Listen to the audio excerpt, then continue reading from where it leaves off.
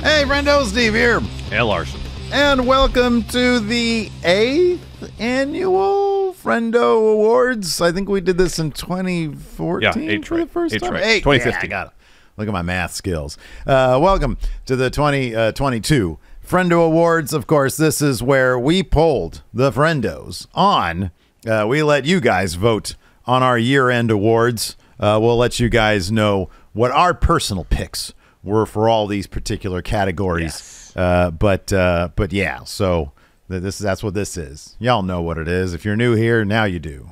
Yeah, now you know. We'll do this every year, I guess, as long as we do the channel.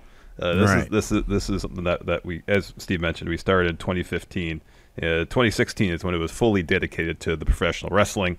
Yeah, well, you know, back in 2014, I mean, we were still working for Machinima. Yeah. And so, like, you know, we were just doing all sorts of stuff. I think we probably did video game. Yeah, there's a lot of, yeah, it was like viral video something. It was. Were we polling the Friendos for that one back then? How long ago was that? 8 years? I don't remember that. It was 8 years ago. That was 8 years ago. That was a long time, man. That was a trick question. Oh, you got me. You got me. I got you. Oh, man. I mean, you know what I miss, man? I miss the Inside Gaming Awards. I miss dolling up a little bit and going up on stage and presenting awards like real people, you know? Yeah, that was fun. Like real celebs. It was like, what, 3 years we did that? That was fun. 3 or 4 years? Yeah, that was fun. That was fun. But now this is what we got. Times have changed. Giving out awards through Zoom. Yeah. Excuse me. Yeah, this was, I'll be honest, I'll be for our audience at home on YouTube watching this. We had planned on doing this in person. We probably should have done it live as well. But personal life matters, step into the way. So y'all get this on Zoom. But I think hopefully next week you and I can get together in person. Yeah. And we have some gifts here to open, and I'd like you to be here to open some of these definitely. gifts. And then, you know, maybe next year we'll do something more. Yeah. Yeah, we'll get some guest presenters. How about that? Yeah, you know, Luke and Ollie show up, or Luke and Pete, or whoever's over there at Wrestle Talk available. We'll actually plan ahead and work on this stuff. But remember, Luke's soft voice. The award for most shocking moment of the year, goes to that's great. You know, like Triple H pedigreeing Tony Khan on Monday Night Raw. Whoa. What the? Didn't see that one coming. No, pretty shocking. I mean, this year, 2022, is a pretty surprising year in a lot of regards in the world of professional wrestling. More so than anticipated. So who knows what's going to happen in 2023? You could have 15 different nominees for most shocking moment. Yeah. Yeah, absolutely. Could be. Could be. Don't know. Maybe it's going to be a super boring year, or maybe it's going to be a year full of twists and turns like 2022 was. So where do you want to get started? Well, let's start here. First of all, thank you to everybody who voted. We got 868 friendos this year who cast a ballot across, I think, a dozen categories. And I also want to say I appreciate the friendos that did vote because, you know, you had to go, as you know, we used to do this, I think, at one point we did it through like YouTube voting. I think last year we did like a Google Doc or something. I don't think we've ever done it the same way 2 years in a row. I think you're right about that. And this year did include an extra step, giving us your email address. We don't do anything with it. No, I don't think Survey Planet does with anything with it. The thing is, last year we had a nasty case of ballot stuff. Yeah. And we're trying to avoid that. So rest assured you're not going to get endless emails from us hawking our wares and goods. No, we do that plenty on the show. We don't need to send you emails. Truth. Yeah. Was it friendoshop.com? Yeah, friendoshop.com. Friendoshop.com. I think you can still use Friendo Friday. There we go. 20% off.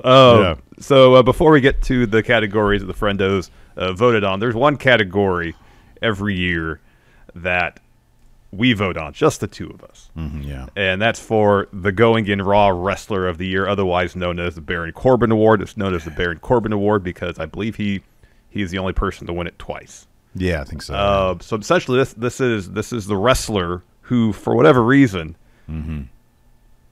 captured our imagination in a way that nobody else could. Yeah, buffoonery, I think, is probably the term that I would closely associate it's kind with this. of what wrestler out there encapsulates what the Going in Raw experience is about. Like face palming, heavy sighing, inadvertent humor. Yes. Never, no irony with these wrestlers. It's all just, you know, self-humiliation, basically. Yeah. That's a great way to describe Going in Raw. Self-humiliation. Yeah. And so I think we have our first back-to-back winner here. Yeah. Well, yeah. Hey. And the winner this year for that is, of course, Von Wagner. Yes. Hey, Joe Blow, drop it. I mean, look, Joe Blow, that's become part of the lexicon here, going in Raw, just like, hey, you're not me became one with Baron Corbin. Exactly. Hey, who said that? Joe? Huh? Joe Blow? He's the dumpster champion. I don't remember if that predates this year or not, but he's remaining the dumpster champion. Yeah. He's either booked incredibly strong or buried in the ground in NXT somehow simultaneously. I know. It's the most never in the middle. Never in the middle. And I expect things from him in 2023 as well. Again, horrible, awful things or great things or some weird simultaneous mix of the two. Yeah, it'll be a mix of the two week after week. He's going to be on main roster. Like, honestly, one of the most sort of Von Wagner things he could do was show up 1 week on SmackDown without saying a word as Adam Pearce is heavy. Adam Pearce is heavy. Yeah, and then never appeared again. Yeah, I mean that's the most Von Wagner thing you could do. Truly is. Yeah, Truly I mean other nominees. I think maybe that we could have bandied about. For example, Bobby Fish, folks. Where's the lie? Got a shirt with that now on it. There was like a rumor, but I don't think it was true, about him trying to get the Undisputed Era to leave AEW, which is just funny to think about, even if it's not true. It seems like something he would do. Yeah, I don't know. Were there any other? There had to have been other nominees. I'm sure there are others from time to time, but for the duration of 2022, I think there's little doubt that Von Wagner Wagner all the criteria to be going in our Wrestler of the Year. And here's the thing: if he were to win again next year, we'd have to rename the award in his honor. We would, and I think there's a good chance of that happening. Von Wagner captured our imagination so much this year that just a couple of weeks ago, when he did not appear on an episode of NXT, we came up with a Mad Lib version of Von Wagner, of a Von Wagner segment. And I'll be honest with you, it was like totally something that could have happened with Von Wagner. 1,000%. And in the process, we invented a new superstar Christmas mouse pad. Yeah, again, it sounds like it could be a name of a wrestler in NXT. Right, yeah, that associates with Von Wagner. So, Von Wagner, congratulations, going in Raw Wrestler of the Year. Yes, congratulations. Now let's move on to the categories of Friendos voted on. Again, 848 Friendos, thank you. 868 Friendos voted in these categories, so thank you so much. The first two categories we're going to talk about here are writing categories. So we don't want to limit the nominees for Wrestling YouTube Channel of the Year and Wrestling Podcast of the Year to just the ones we can think up. We wanted everybody get opportunity to get a spotlight and get some attention for doing the work they do. Let's do Wrestling YouTube Channel of the Year. I wrote the top 5 vote getters down here. Awesome. Very cool. So they are Cultaholic, Parts Fun Known, Wrestle Talk, Fightful, and Wrestling with Regret. The 5 of them got the most votes. That is awesome. That's fantastic. Winner of Wrestling YouTube Channel of the Year, Cultaholic. Congratulations. That's right. Our friend is over there, Cultaholic. This isn't shocking. I mean, we love those guys. We've appeared on their channel once or twice. Yep. Be it Pachiti's Tuesday Twitch show, or like the phenomenal documentary stuff they put out, like just the recent Complete History of WWE. Yeah. It's an absolutely phenomenal group they got going on over there. And we love Cultaholic. Well, honestly, these are all friends of ours as well. Wrestle Talk and Parts Fun Known, sort of under the same umbrella, but doing their own things on those channels. Good to see the Friendos have some good taste there. Of course, Brian Zane, a good friend of ours, over Wrestling with Regret, still doing some great work. And then Fightful, they've been doing a lot of good work also over there on the YouTube platform, breaking those news, getting those scoops. Indeed. So congratulations to all 5 of them. Congratulations on Cultaholic to getting the win here. Let's move on to Wrestling Podcast of the Year. It's not going in Raw. Yeah, it would have been slightly tacky for us to have put in our own podcast on this award. Probably a lot more than slightly. Like mildly tacky, mildly classless. Before we move on, I should let you know that Wrestle Juice got 18 votes for Wrestling YouTube Channel of the Year because we didn't say that Russell Juice was well, hold on a second. disqualified. Wait a second. I only got 18. I should have cleaned this thing up. I'm half of going in Raw. Step up your game, Russell Juice. So the top 5 vote getters for Wrestling Podcast of the Year, not going in Raw, not going in Raw, are Jim Cornette, okay, Deadlock, oh, awesome, very cool, Fightful, okay, very good, Wrestle Talk, not surprising, and Cultaholic. not surprising, And the winner is, again, Cultaholic. Just wow. barely Just barely beating out 6 Talk. votes over Wrestle Talk. Yeah, man, we both- love them Brits, don't we? Cultaholic do. and Wrestle Talk, those are our dudes right there. Yeah. I'm glad that Deadlock, I notice here, beat out Jim Cornette by 8 votes. Yes. That makes me very happy. I'm happy about that. I love them Deadlock dudes. Oh, great And dudes. God damn, what a year they had launching. Yeah, long. Well, no, it was the end of 2021 because they just had their first anniversary show. DPW, and they just had their first anniversary show, and a wild success DPW's been for Deadlock. So hats off to those guys. All great dudes. I wonder if there's going to be, you and I dipping our toes into the whole indie pro wrestling business with Action Coast. I wonder if that's going to be a thing where promotions are going to see the value in teaming up with wrestling nerds like you and me, like influencers, content creators, whatever you want to call it in the internet wrestling community, to try to promote their shit. Probably be a good idea, just because you know, marketing and advertising your shit. It's always a good idea. It's always a good idea. Yeah. And in the highly competitive world of independent wrestling. Yeah, absolutely. I mean, just right here in the Sacramento area, there's what, 4 or 5? I know, it's kind of nuts. Yeah, I mean, even in Sacramento, there's three or 4. Yeah, at least 4. And to get whatever advantage you can in terms of promoting and growing your company, if that means finding wrestling YouTubers, podcasters, influencers of some way to get involved in your shows and help market it, I'd only imagine that's only going to help. I would believe so as well. All right, let's go ahead and move on to the Going in Raw moment of the year, also known as the self-indulgent award of the year. We put out, 6? Yeah, and actually now one of them should have never been on here because it happened last year.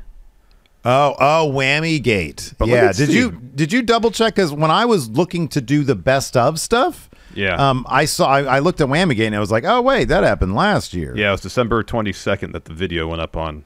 But let me see. When we put our nominations up. So we put our nominations up last year before that happened. So I guess it still qualifies. Okay, well, it still qualified. It didn't matter because it didn't win. It didn't win. But the nominees were Whammy Gate. Of course, that happened during an episode of Smash Zone when we were very competitive over the number of whammies that appeared on a game show that is 40 years old. But also, we were blaming each other for those whammies manifesting. Right. Absolute absurdity. Phone Gate. This was my personal favorite. I'll be honest with you. This was my pick because here's the thing that I loved about this. Still bitter about this one. I believe that you got so upset, not because you lost 2,000 channels. No, it's because you cheated. Not because I even cheated. I don't think you got upset about that.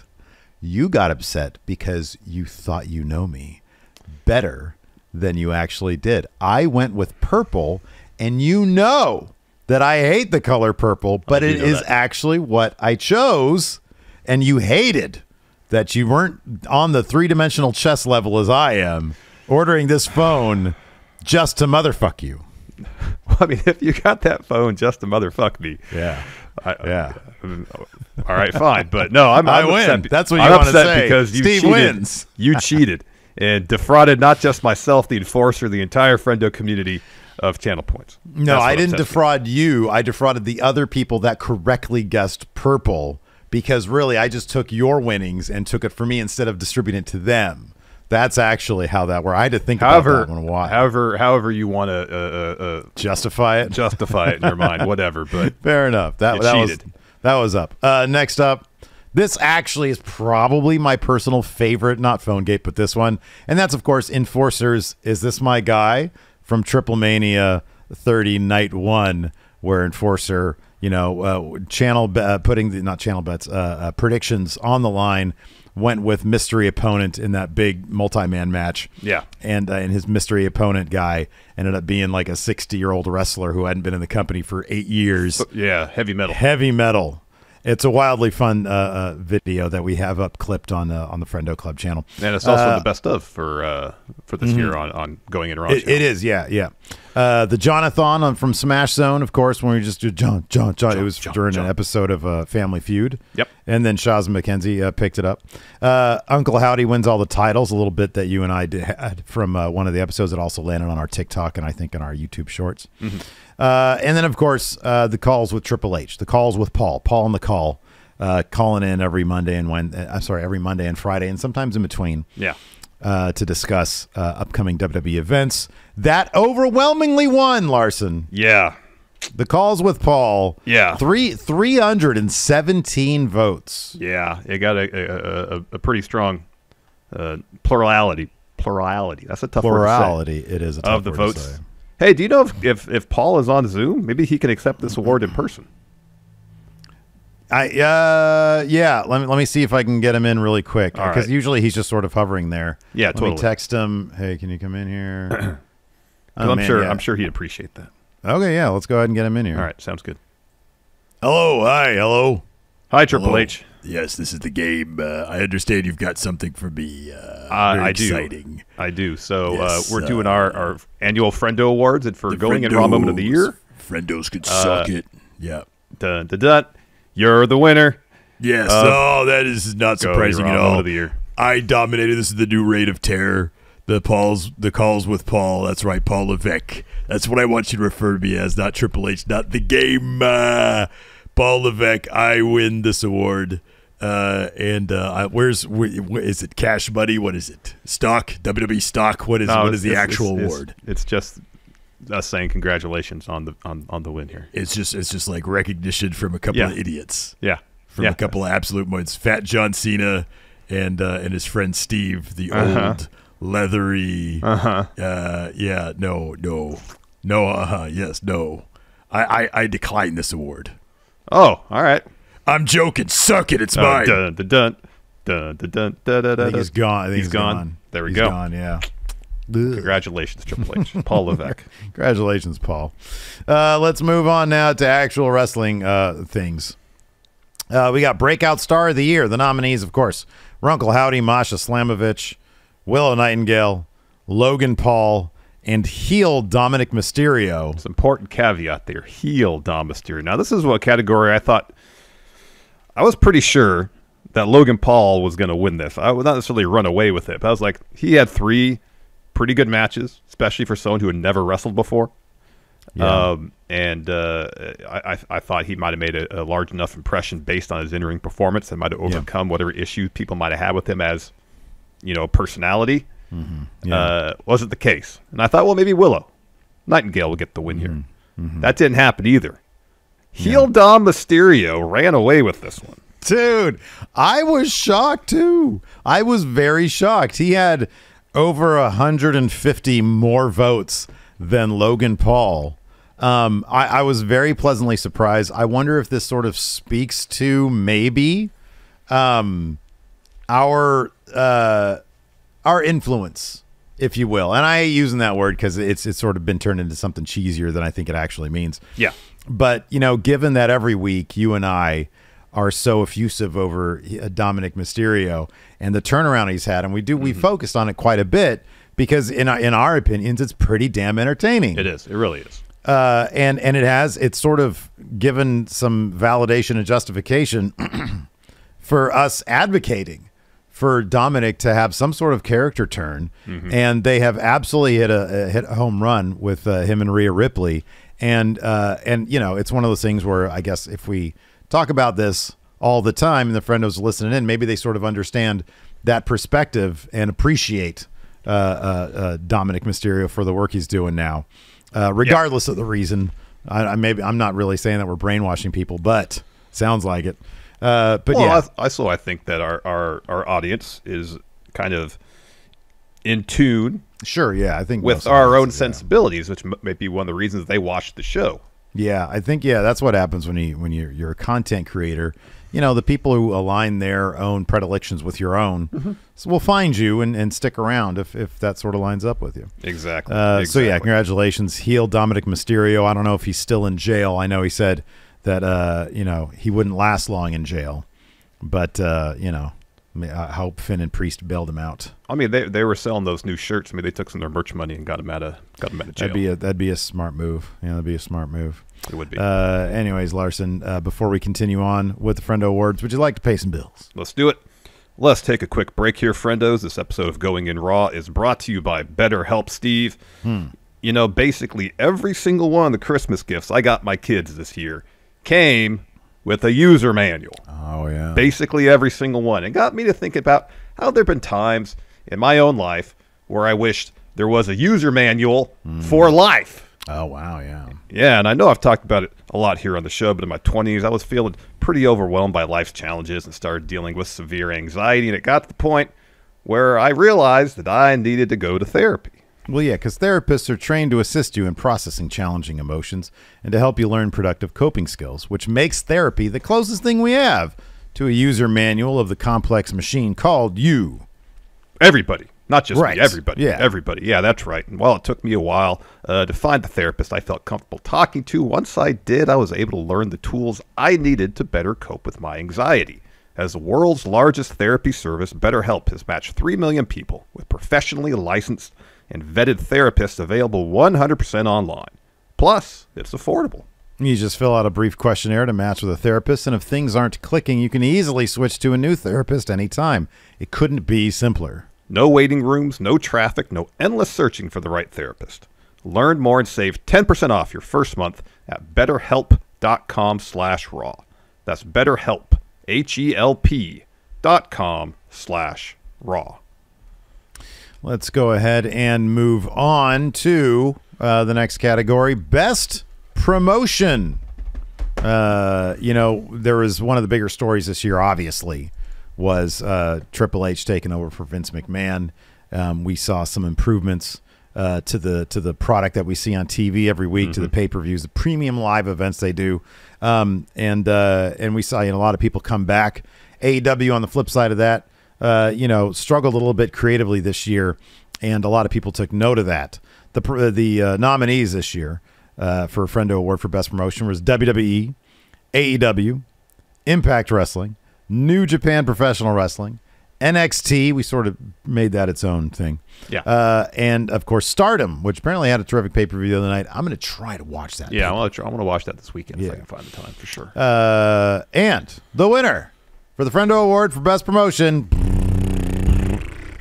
WWE. That's right. Main roster, yeah. Main 55%. roster WWE. 55%. Wow, a majority. Ooh, Yeah. Not a super majority, but a majority. There was a couple of these I think were, that was a super majority. That was. Yeah, the next one's a super majority. Yeah, the next two are. Yeah. All right. This isn't shocking. Again, we've been following very closely the changes made to WWE's product, AEW's product as well, and the Friendos seem to be noticing those changes as well. It'd be great. I'll be honest, it'd be great if maybe next year we get AEW and WWE in a tight battle. Given those are the two promotions that we really pay attention to, I want to see them both do excellent. I want to see them both succeed. Exactly. I know I think somebody in our comments recently said, how much you guys getting paid by WWE? I wish. Nothing. Hey, they could pay me. They could pay me. I'll bury the shit out of AEW. And if they pay me, I'll bury the shit out of WWE. No, I'm joking. No, we have been. Look, we were paid by AEW to promote the launch of Dynamite back in the day. We were open about it. We were transparent about it. Yeah. We just have our opinions on different subjects, and if you want to consider that, being paid off, go ahead. Single YouTube commenter. Yeah, exactly. That I'm ranting against right now. I know. The 2 or 3 that pop up from time to time. Hey, forget the 60 that, on a regular basis, give us all sorts of praise. No, I'm going to single out the one guy. But it's the one guy who writes the 4-paragraph comment. I know, about exactly. You know what I'm rooting for next year is for WWE and AEW to be in such a tight battle, maybe for top spot, that another promotion such as Impact Wrestling comes out of nowhere to get the win. Impact, the one promotion that seemingly does everything consistent, treats all divisions equally. It would be great to see them get more notice. I mean, and Stardom had a strong showing here. I mean, it's just WWE is the brand name in the world of professional wrestling. It is, yeah. It's hard to get away from the federation. Yeah. Yep. Let's move on now to Booker of the Year. No, Booker T is not on this. This is actually for people who are promoters, although he does have reality wrestling. I don't really watch it. Yeah. This is for people that are like the creative heads of their respective company. I don't have a pencil with me, but it's the guy who has the pencil. I have a pencil. There you go. Larson's not on this either, though. No, but maybe next year. Maybe next year with ACW. We'll see. Nominees here are Scott D'Amore of Impact Wrestling, Shawn Michaels, NXT, Triple H, WWE main roster, Gato of New Japan Pro Wrestling, Tony Khan of AEW, and Conan of AAA. And the first of two categories where you have a supermajority winner, Triple H, getting about 67% of the vote here. Oh, my God. Oh, wait a second. He's asking to come back in. Oh, yeah, totally. He's asking to come back in. Yeah. Here we go. Suck it. That's right. I'm the Booker of the Year. I got the pencil, and it's the best pencil I've ever had in my life. I've got the best pencil. This is my award. Suck it. The reign of terror. Do not interrupt my acceptance speech. I'd like to thank Steph. Hey, Steph, I'm thanking you. I'd like to thank Steph. I'd like to thank myself for leaking those NDAs about my dad.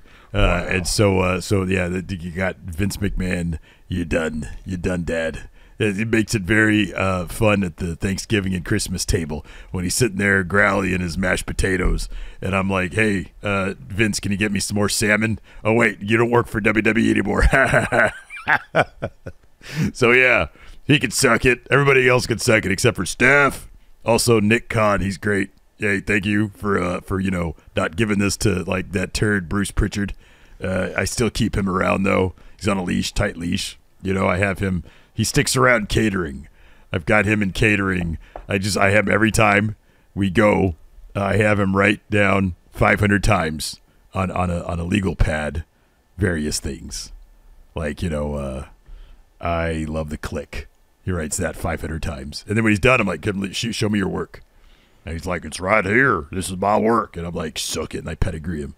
Anyways, Steph, I'd like to thank Steph. I'm the best booker. Triple H out. Wow. That was like Michael Jordan's Hall of Fame acceptance speech. He was just eviscerating people, really? Yeah. Wow. What did he say about Vince? Something about, like, I leaked his NDAs or something? That's exactly what he said. How do you know that? Wow. Because I feel like he probably did. Wow. Who stands to benefit the most, Larson? What's interesting about Booker of the Year also, Scott D'Amore came in second. Yeah. Over Tony Khan. Yeah, that's great to see. Again, this is one of those things, man. We bring it up a lot. He was my personal, this would have been my pick right here. This would have been my vote. I think I did. Did I vote? I don't know if I voted or not. No, I did vote. I did actually vote in the Friendo Awards. This was my vote for Scott D'Amore. Done terrific work this year with Impact. You've already spoken on that. Hopefully they find a way to sort of break out of, the hole they're in with being only on Access TV and YouTube. And YouTube, yeah. Yeah. So they deserve a larger audience because it's the most consistent wrestling show on television. Yeah, it is. Hands absolutely. down. Yeah. Hands down. Let's move on. Next category, most shocking moment of the year. Another huge winner in this category. Your nominees are Vince McMahon resigns from WWE. Brawl Out, of course, that encapsulates CM Punk's media scrum after All Out and the ensuing brawl. Triple H takes over WWE Creative. Bray Wyatt returns at Extreme Rules. Austin Theory fails at his Money in the Bank cash-in. Cody wrestles with a torn pectoral muscle, and then CM Punk loses to Mox on Dynamite. Runaway winner here again. Not surprising. Vince resigning won, I believe, with like 70% of the vote. This is this is over 69.7, almost 70%. So yeah, this is so my only takeaway from, or my only reservation about this was that we neglected to put Cody leaves AEW. However, even if Cody would have cleaned up every other vote that wasn't Vince McMahon resigning, still would have lost. If you take all the other votes And then maybe if you multiply them by 3, then you'll be competitive against Vince resigning. Maybe. So I don't believe for a second that would have been. No. If anything, if we'd put both Cody wrestles with torn pec at Hell in a Cell and him leaving AEW, might have split the Cody vote. Yeah, I agree. Yeah, I agree. So we would have had 2 Cody nominees with 50 to 60 votes. Yeah. But no, Vince resigning. That's the most shocking thing of like the decade or the last few decades of like this of the millennium right now. You know. Yeah. So yeah. Let's move on to Feud of the Year. A more competitive category. Oh, yeah. We had a lot of entries here. CM Punk versus MJF was a nominee. Becky Lynch versus Bianca Belair. Cody Rhodes versus Seth Rollins. Jordan Grace versus Masha Slamovich. Honor No More versus Scott D'Amore. Britt Baker versus Thunder Rosa. Sami Zayn versus Jey Uso. Briscoes versus FTR, Gunther versus Sheamus, Edge versus Judgment Day, and Dom versus Rey Mysterio. I think that last one is going to kick up a lot in 2023. They're probably going to have a Mania match. I would think so. This is really a 2-feud race here. You had Sami Zayn and Jey Uso, and then you had CM Punk and MJF. CM Punk and MJF end up taking the win here by about 65 votes over Sami Zayn and Jey Uso. Punk and MJF's feud was really, really good early 2022. I probably would have leaned towards Sami Zayn and Jey Uso just because they made it interesting and they filled it with tension and they never even wrestled. Yeah. It was it was a masterclass of character work with Sami and Jey. Not to say Punk and MJF wasn't. I thought Punk and MJF was actually really spectacular stuff, and I thought that actually did a lot to flesh out and develop MJF's character. I thought that it did a magnificent job, but it did that tenfold with Sami Zayn and Jey Uso. So that would have been my vote as well. But a close second in my heart to CM Punk and MJF. And in the case of the Friendo Awards, CM Punk and MJF took the win here. Friendos really like that stuff, and I feel like if AEW had put as much effort into that feud as they did. Or as they did everything else, then it probably would have been a much improved product. Yes. This entire year. Yep. That's definitely the case. Let's move on to Tag Team of the Year. Nominees were FTR, Lucha Brothers, the Usos, the Acclaimed, Toxic Attraction, Brawling Brutes, and RK Bro. Again, a 2-team kind of competition here. 3-team competition towards the end. FTR takes the win with the Usos and the Acclaimed taking second and third. Not really a huge surprise, especially FTR. The first half of 2022, they were like the wrestlers of the year for the first half of 2022. And while they weren't getting the same amount of storyline attention or TV time on AEW the second half of the year, they were still having really good matches. They had a really good one against Aussie Open on New Japan Strong. And Dax Harwood especially putting on a lot of really good singles matches throughout the year. So hardly surprising. And now the end of the year hasn't really been as strong here. Them losing a bunch of tag titles or losing tag title opportunities as the first half of their year was. But I feel like the first half of the year, they left such a major impression that this was essentially their award to lose. Their highest profile match in the second half of the year probably was their third match against the Briscoes. At the last Ring of Honor Final Battle. And I thought that was a really great punctuation for them for their year to remind people, hey, this is an all-time tag team. That match was absolutely phenomenal.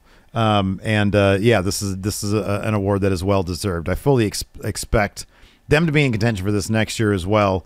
It'll be interesting to see what the Acclaim do, and of course the Usos going into 2023 as well. A lot of questions in terms of, are the Usos going to be dropping those titles perhaps to Kevin Owens and Sami Zayn like a lot of people expect? What's going to happen with that? So the Bloodline is going to have a very interesting, at least first half of 2023. Agreed. And probably a lot of the talk of 2023 after April especially is, what's FTR's next move? Are they going to stay in AEW? Are they going to take a year off TV and just kind of pursue wrestling passion projects? They're going to go back to WWE. And, depending on what choice they make there, that could dramatically increase or decrease the chances of them repeating as Tag Team of the Year. Absolutely. let's move on to Show of the Year. The nominations were AAA Triple Mania 30, AEW Full Gear 2022, AEW Revolution 2022, WWE's Clash of the Castle 330. Sorry, WWE's Clash at the Castle. I started reading the vote count. Impact's Bound for WWE's Clash of the Castle 3. Impact's Bound for Glory and WWE WrestleMania. And your winner is WWE Clash of the Castle 338. Yeah. I got a lot on my mind these days. It was a really stellar show. We had a match of the year contender, Sheamus versus Gunther. We had a really, really good bout between Drew McIntyre and Roman Reigns, where it was conceivable Drew could have won that match. Dude, taking those belts off Roman.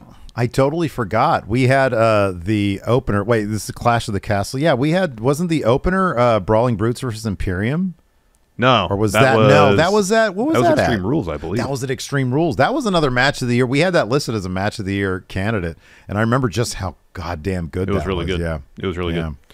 Yeah, a lot of really good wrestling at Clash of the Castle. Really solid show. And the crowd was so good because they're super there in into UK, it. Yeah. We got a bonus musical performance at the end too, from Tyson Fury. What better way to punctuate a wrestling show? We really should have done weirdest wrestling moment of the year. That might have won. We got to do that for next year. The weirdest wrestling, because there was a bunch this year too. Vince coming out to open Raws and SmackDown. Ric Flair's goodbye speech. Freaking or Andrade trying to put brass knuckles on Ric Flair's unconscious body. Oh my god. Oh wow. Congratulations, Clash Castle. Really good show. It'd be interesting to see if they continue to make that an annual event. Oh, I hope so. I hope so because that was a killer. And I like doing the midday shows. You know, get some McGriddles and yeah. Anyway, wake up with a cup of coffee. I was really hoping every year we nominate Triple Mania. This might have been Triple Mania's strongest showing thus far. I could be wrong about that, but you know, we're huge fans of Triple Mania. It's usually our favorite show of the year. Yeah, we got 3 of them this year with a great loser advances tournament, which is a really brilliant concept. Oh, absolutely. Yeah. And every show delivered. So, you know, it's going to be hard to top this year's Triple Mania shows, but, you know, hopefully AAA has something huge in store for 2023. Yeah, man. A Triple Mania every 2 months. That'd be fantastic. All right, let's move on to Match of the Year. Your nominees for Match of the Year are Tomohiro Ishii versus Chris Jericho from AEW Dynamite November 23rd. Kazuchika Okada versus Will Ospreay from Wrestle Kingdom 16. Bianca Belair versus Becky Lynch at SummerSlam. FTR versus the Briscoes at Final Battle. Jordan Grace versus Masha Slamovich at Impact Bound for Glory. This is their first match. Yeah. Sheamus versus Gunther, Clash of the Castle. LA Park versus Viano 4, Triple Mania Night 1. The Acclaim versus Swerve in Our Glory at All Out. Seth versus Cody at Hell in a Cell. That was the Torn Pec match. And Hangman Page versus Bryan Danielson from Dynamite, January 5th. That's the one that had judges but didn't go to the judges. Yep. All fantastic matches. Not a massive surprise that Sheamus versus Gunther at Clash at the Castle got the win fairly convincingly here. Absolutely. Seth and Cody came in second, but Sheamus and Gunther more than doubled them up in terms of number of votes. A little bummed out that LA Park versus Viano 4 didn't get more attention, didn't get more love here because it's a brilliant match. That being said, I have absolutely no qualms about Sheamus and Gunther being hailed as the best match of 2022. No, it was phenomenal. It was brutal. Fantastic. It was physical. Sheamus is on a tear. Gunther, world-class wrestler, has been for years now. And he's being used. Honestly, dude, I can't be any happier with the way they've used Gunther since Triple H took over. It's, you know, establishing that Intercontinental Championship the way they have, reestablishing it, I should say. Man, I think that's absolutely phenomenal. It'll be interesting. I was talking to one of the friendos on WrestleJuice in the WrestleJuice comments about this. I wonder if they're going to have more sort of defined roles for the titles going forward, as opposed to, top title. Like Austin Theory has got the U.S. title. What if they make the U.S. title? Because even traditionally, you can see, like John Cena, his first title was the U.S. title. Kevin Owens came out to fight John Cena for the U.S. title. Yeah. The star-making title could be the U.S. title. The Intercontinental could be the workhorse title. The guys who can put on the 5-star matches over and over again. can be the Intercontinental, then the U.S. title can be for, you know, the up-and-coming guys. Kind of like that phase when the Intercontinental Championship was that, you know? Yeah, totally. But we'll see. Anyways, that's a tangent for you. Yep.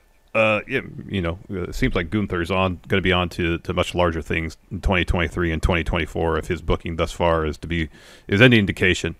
Maybe one day Sheamus will get that one title that's always eluded him, that Intercontinental title. That could be.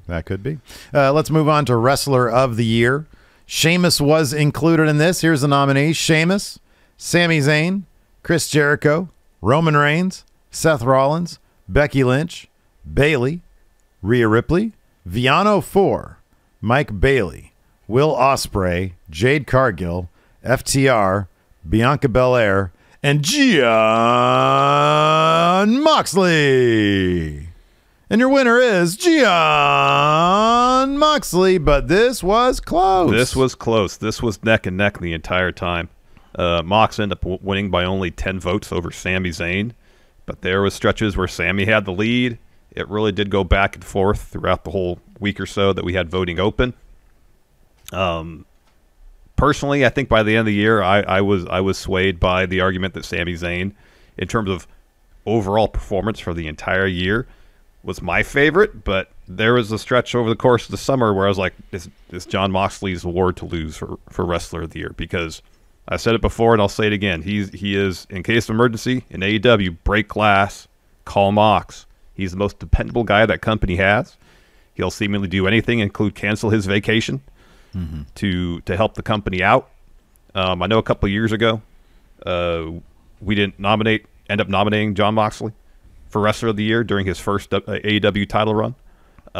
And so to see him get it here, it's pretty neat. So congratulations to Mox. He's had himself a hell of a year. He absolutely has. For me, it was sort of a two-man, just personally speaking, it was a two-man race between Sami Zayn and Chris Jericho. Chris Jericho, I really appreciate just how much attention he gives to trying to tell stories. You know, everything he does is always in service of telling stories. And it's funny because, like, I see a lot of pushback about Chris Jericho in just the general Twitter, internet wrestling thing, about how people think that him getting younger people over is all just a service Jericho getting over even more.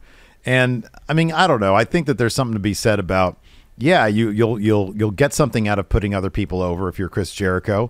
You know, he put Action Andrade over a couple weeks ago, and everybody was talking about it. But the bottom line is he put Action Andrade over, you know?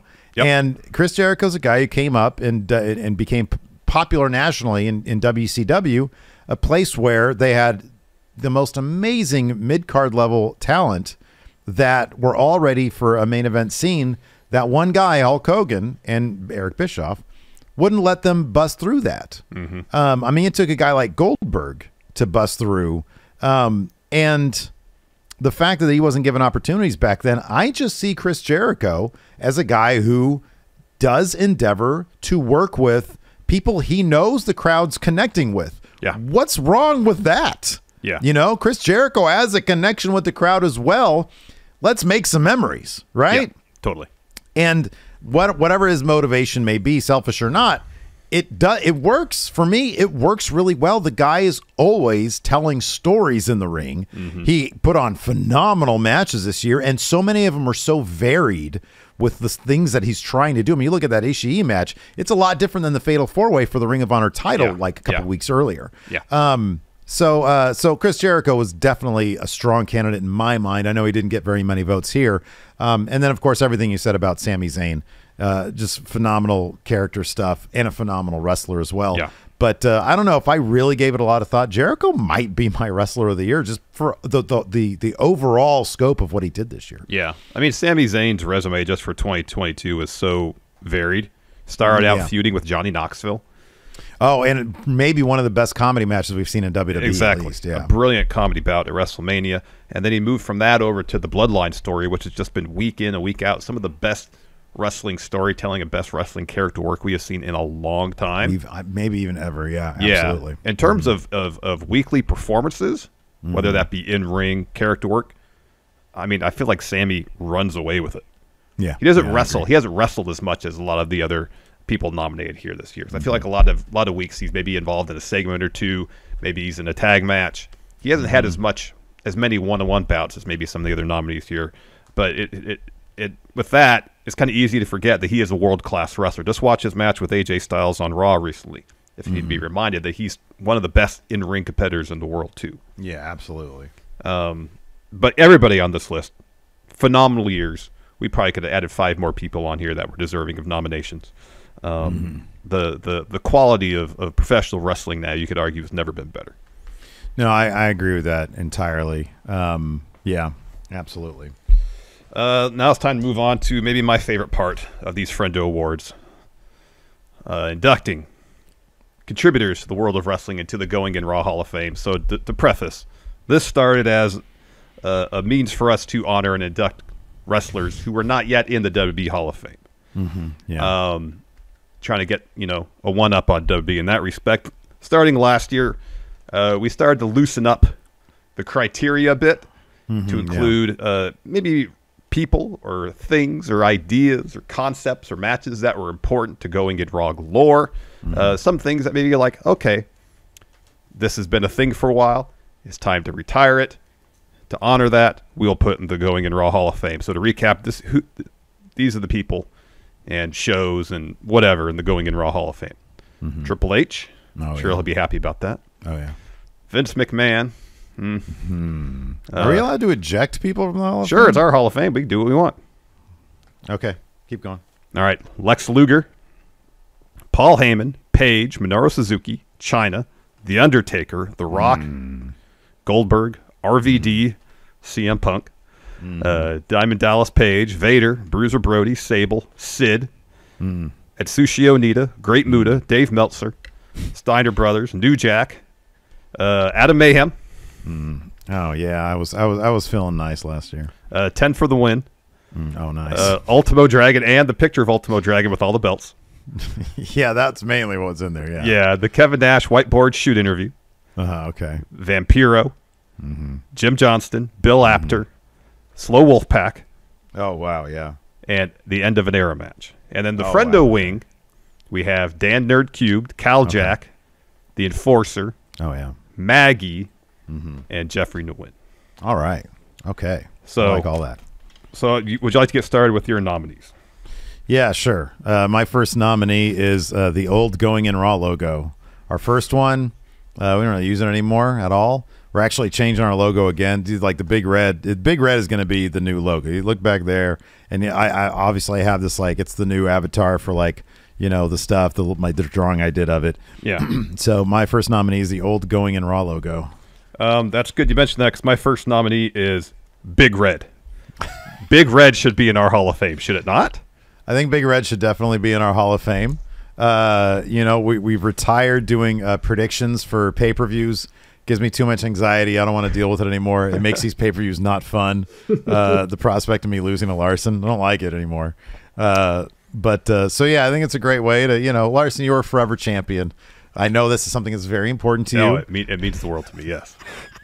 Ultimo Larson, now set in stone. So yeah, no, Big Red, that's a good one. Here's my next one. Man, a lot of people give us flack for our treatment of CM Punk in 2022. I feel like he did it to himself. Sort of a cell phone. A self-own, not a cell phone. Yeah. That being said, my favorite match of all time traditionally is, I've had a couple of them, but one of them has been Punk versus Cena at Money in the Bank 2011. Yep. Yeah, 2011. I'd like to nominate that because it really is a terrific match, and it really it's a memory of when CM Punk was absolutely on fire, and he captivated my imagination, and he really made me love wrestling again. And for that, with CM Punk, I'll always be very grateful. So there you go. Next on my list is 3 individuals who are, at least in Going in Raw lore to an extent, 2 of them are tied together and probably always will be tied together. We haven't seen them in a great long time, and I don't know if we'll ever see them again. But they deserve enshrinement in the Going in Raw Hall of Fame, so I'm talking about Mecha Santa, Top Notch Super Best, and Rawgate Mutant.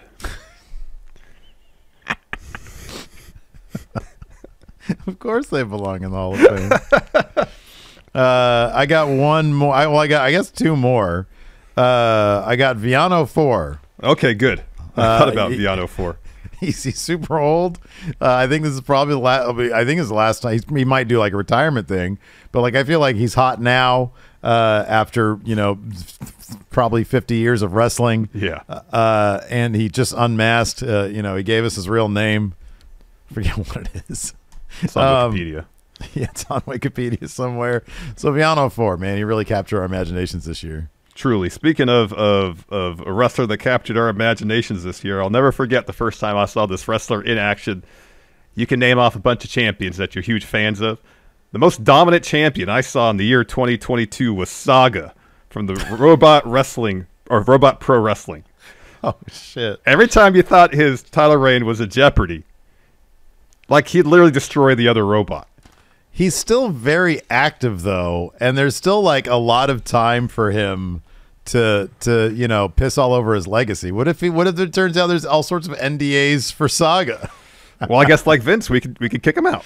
We can kick him out. Yeah, no, I like Saga. That's good for the Hall of Fame. I like that. My last one before we get to the Friendo wing is going to be negative Vince McMahon. All right, approved. This is my trying to. I want to take him out of the Hall of Fame. All right, Steve, let's move on to the Friendo wing of the Going in Raw Hall of Fame. Yes. It's very exciting stuff where we honor Friendos, induct them into our Hall of Fame. This is great. I mean, dude, already in the Friendo wing, we've got, of course, Dan Nerd Cubed. He was the other founding father. We've got Cal Jack. Yes. We've got, of course, the Enforcer. Yeah. We've got Maggie. Maggie. It's our champion. Yes, and Jeffrey Nguyen. Yes, correct. That is correct. So the first name I propose for the Friendo wing of the Going in Raw Hall of Fame. He's contributed a lot to the Friendo community as an observer of wrestling. The ultimate observer. Yes, of all things. Fun wrestling, Steve W, We Book Raw, and more. Fantastic editor. Yeah, great editor. A brilliant musician and producer. I'm talking about Raw Observer. Surprised he's not already in. Probably should have gone in last year or the year before, but making a point of getting Raw Observer in this year, I nominate Raw Observer. I love it. He's the mastermind behind the Steve Thunder videos, the Steve Thunder theme song as well. Yes. And he's the primary editor over at WrestleJuice. Just a terrific editor and human being. Really, that's what we want to do. He's human beings. They're great. Exactly. He's in, yes? Rob Observer's in? Yes, agreed. Rob Observer is in. Confirmed. Steve, do you have a nominee? I do. This guy's been watching our show, contributing to our show, being part of the community, a great part of the community, literally since he's been in middle school, and now he's like a big man, college graduate guy. I'm talking about, of course, the man turn, Christopher Kaufman, the only guy we ever had as an actual intern of the show. And again, just a terrific human being. Christopher Kaufman's now in the Friendo wing of the Hall of Fame. Had his name right here. He's in. Congratulations, Kaufman. With that in mind, another Friendo original. Someone who's been with us basically from the very beginning. He gets recognized out in public thanks to his contributions to the Friendo universe. I'm talking about Ulysses. The Undead Commissioner. Of course, absolutely. He's in. He's completely in, yeah. Now, I like that he still gets recognized, even though it's been like years. It's been several years since he's been there. So, Ulysses definitely in as well. He was written on my list. Absolutely. Good. I got a couple other names here as well. He's been a part of our community for a very long time. Going back to the Matt Chat days.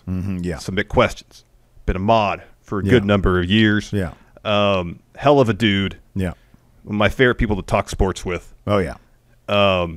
Mr. Dope. Oh, perfect. Great. Good. Yes. In. Mr. Dope is in. Yeah. And I got one last name here. Okay. Church of Joshi. Oh, man. Yes. They should be in the Going in Raw Hall of Fame. Of course Alex, they should. Kayla. In the Going in Raw Hall of Fame. Heck Boom. yes. They're in, absolutely. They're terrific. Go check they out. They are terrific. Go, what is it on YouTube? Go follow Church of Joshi. Yes. There. Alex, Queen of the Ring. Kayla. No, they're great. Absolutely. They're fantastic. Sure. They're in the Hall of Fame. They're in the Hall. I think everybody's in. All the nominees are in. Friendo wing, the Going in Raw wing. I think everybody's in. Good. I don't need debate. I don't need drama. No. Too old for that stuff. No. Yeah. Leave that to the politicians.